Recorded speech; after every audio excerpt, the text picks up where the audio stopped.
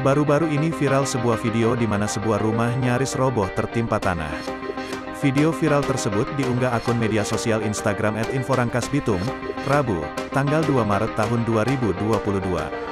Tampak dalam video tampak rekaman suasana pemukiman warga, tiba-tiba jalan yang ada cukup tinggi dari sebuah rumah mengalami longsor.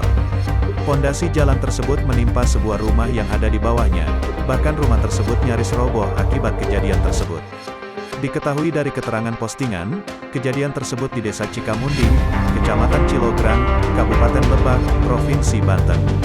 Longsor tersebut terjadi setelah hujan terus mengguyur sejak Selasa, tanggal 1 Maret tahun 2022.